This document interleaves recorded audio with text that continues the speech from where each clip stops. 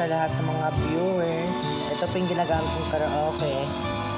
Kapitan po. At ito po yung ginagamit ko pong TV.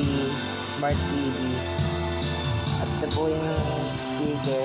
Sorry po sa electric pan ha. Ito po yung ginagamit ko lahat. At ito po yung soundbox. At ito po yung remote. Thank you po sa lahat po na nanonood. Please like and share na lang po sa comment po. Thank you po.